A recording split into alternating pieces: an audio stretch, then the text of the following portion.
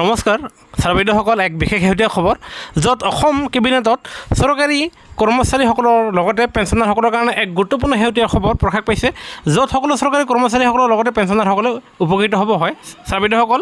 আৰু এয়া আজিৰ 18 জুলাইৰ শেহতীয়া অসম চৰকাৰৰ কেবিনেট বৈঠক, আৰু য'ত এয়া চাব আপোনালোকৰ স্বাস্থ্য আঁচনি সন্দৰ্ভত এক বিশেষ শেহতীয়া সিদ্ধান্ত য'ত লিখা আছে জন আৰোগ্য সুনিশ্চিতকৰণ, আৰু যাৰ ফলত ৰাজ্যৰ আৰ্থিকভাৱে পিছপৰাসকলৰ বাবে বিনামূলীয়া চিকিৎসা নিশ্চিত কৰাৰ হেতু ৰাজ্যিক কেবিনেটৰ দ্বাৰা 2024-25 বৰ্ষৰ বাবে মুখ্যমন্ত্ৰী আয়ুষ্মান অসম যোজনা MMAY লৈ 375 কোটি টকাৰ বিত্তীয় অনুমোদন। আৰু ইয়াৰ লগতে মুখ্যমন্ত্ৰী আয়ুষ্মান অসম যোজনা হৈছে ৰাজ্যৰ পৰিয়ালকেন্দ্ৰিক স্বাস্থ্য সুনিশ্চিতকৰণৰ ধ্বজাবাহী কাৰ্যসূচী, যাৰ জৰিয়তে যোগ্য বিবেচিত প্ৰতিটো পৰিয়ালক চৰকাৰী আৰু তালিকাভুক্ত ব্যক্তিগত চিকিৎসালয়ত প্ৰতি বছৰে 5 লাখ টকালৈকে নগদবিহীন চিকিৎসাৰ সুবিধা প্ৰদান কৰা হয়, যাৰ ফলত পেঞ্চনাৰসকলৰ লগতে আপোনাৰ সকলো নাগৰিকে তেওঁলোকে 5 লাখ টকাৰ নগদবিহীন চিকিৎসা সেৱাৰ সুবিধা লাভ কৰিব।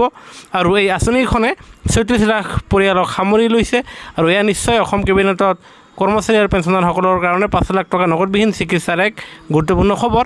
সেয়েহে কৰ্মচাৰী আৰু পেঞ্চনাৰৰ প্ৰতিটো শেহতীয়া খবৰৰ বাবে নিশ্চয় আমাৰ চেনেলটো লাইক এটা দি ছাবস্ক্ৰাইব কৰিবলৈ নাপাহৰিব। ভিডিঅ'টো চোৱাৰ বাবে ধন্যবাদ। জয় অসম।